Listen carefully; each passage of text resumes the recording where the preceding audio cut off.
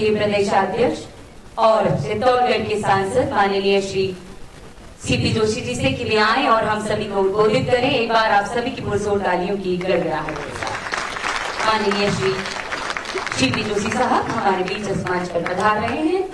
उनके संबोधन को सुनने का हम सभी के लिए अवसर।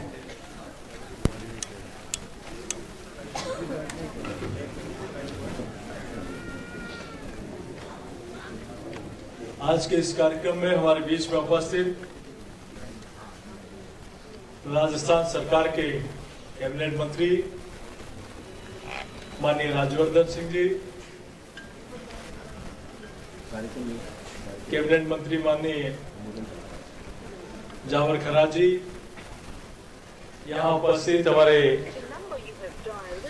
यहाँ की मेयर सोमिया जी, डिप्टी मेयर पुनीत जी, हमारे पार्टी के उपाध्यक्ष माननीय मुकेश जी, महामंत्री माननीय श्रवण सिंह जी, अपूर्वा जी और इस सभागार में उपस्थित मातृशक्ति। बहुत ही जल्दी माननीय प्रधानमंत्री जी का मार्गदर्शन हम सब लोगों को मिलने वाला है। प्रदेश के मुख्यमंत्री माननीय भजन लाल जी का मार्गदर्शन हम सब लोगों को मिला है।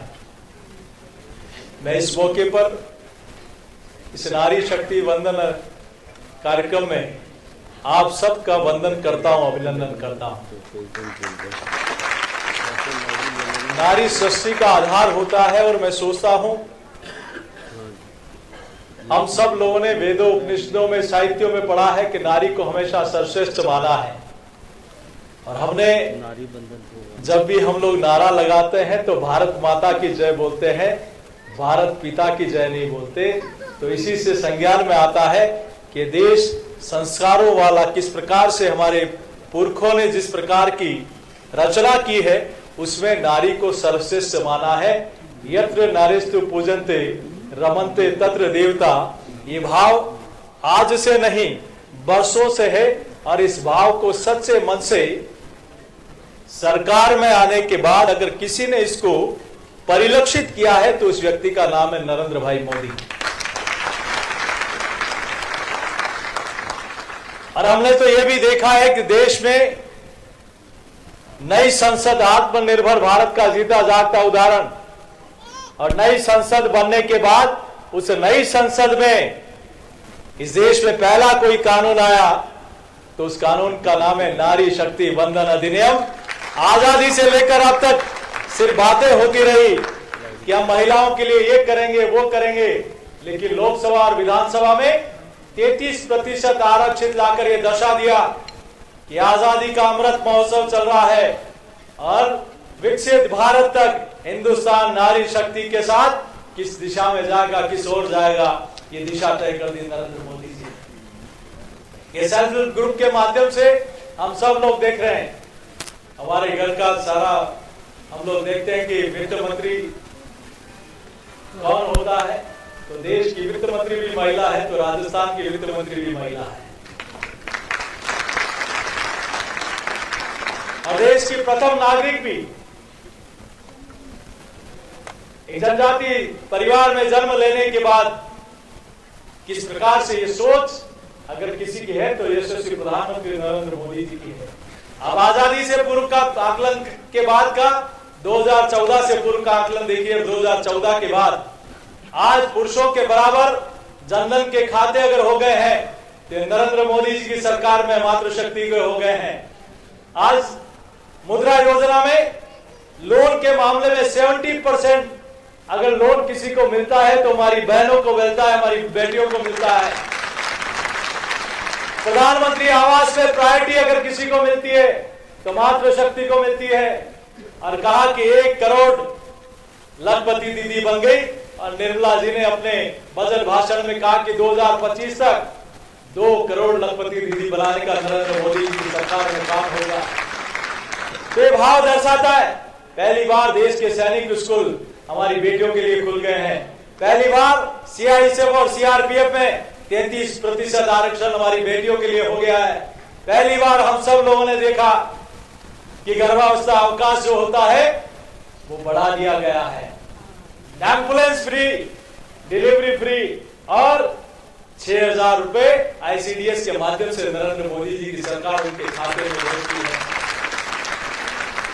हम सब लोगों ने देखा है कि बेटी बचाओ बेटी पढ़ाओ अभियान किस प्रकार से अंतर आया करता था, लेकिन हरियाणा की धरती पर मोदी जी ने जो अभियान शुरू किया, आज पुरुषों के बराबर महिलाओं की संख्या देश में हो गई है, तो उस योजना का कारण।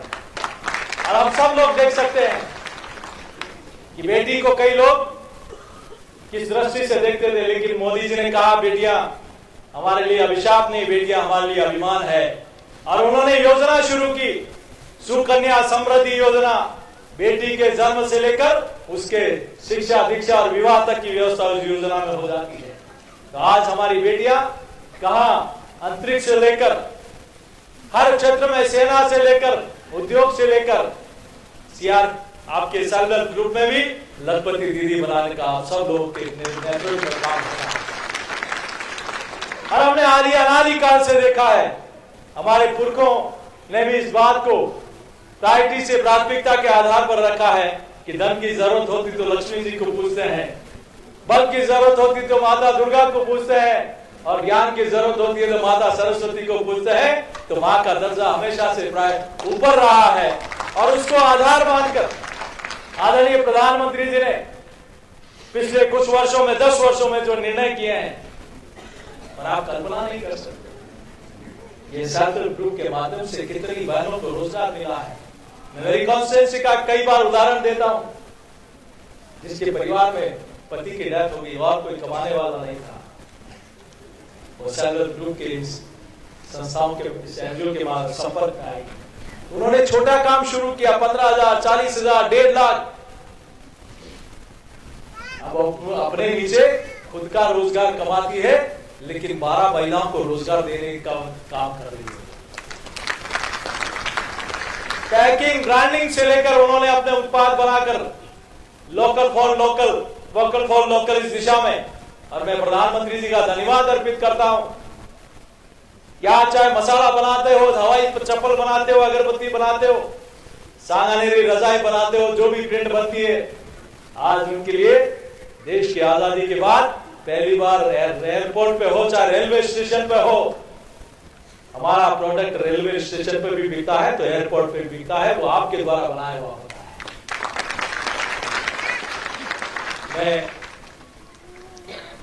अपनी बात को बहुत ज्यादा नहीं कहते हुए मैं ये जरूर आपके बीच में कहना चाहता हूं कि हम सब लोगों ने ध्यान में रखना चाहिए। यहाँ पर हम सब लोगों ने देश के यशस्वी प्रधानमंत्री जी के नेतृत्व में 10 वर्षों में अनेक आयाम स्थापित होते हुए देखे। हमने ये भी देखा है कि आज आयुष्मान कार्ड के माध्यम से स्वास्थ्य की चिंता करने का भी काम प्रधानमंत्री जी करते हैं। तो हमारी बहन बेटियों के लिए मातृत्व वंदन योजना 9 माह तक उसका फ्री चेकअप भी हॉस्पिटल में होता है, ये व्यवस्था भी आदरणीय प्रधानमंत्री जी ने। हमने ये भी देखा है कि मातृशक्ति किस प्रकार से चूल्हे पर खाना बनाते हुए अपना स्वास्थ्य की चिंता किए बिना कितने वर्षों से काम कर रही है, लेकिन उनको आजादी के बाद से अब तक जितने गैस के सिलेंडर नहीं मिले, गैस के कनेक्शन नहीं मिले, उससे ज्यादा मोदी जी ने 10 वर्षों में दिए हैं। हमने पंडित दीनदयाल उपाध्याय योजना में हजारों लाखों गांव डाणियां ऐसी थी, सैकड़ों गांव ऐसे थे, हजारों गांव ऐसे थे जहां आजादी के इतने वर्षों के बाद भी बिजली का बल्ब नहीं पहुंचा।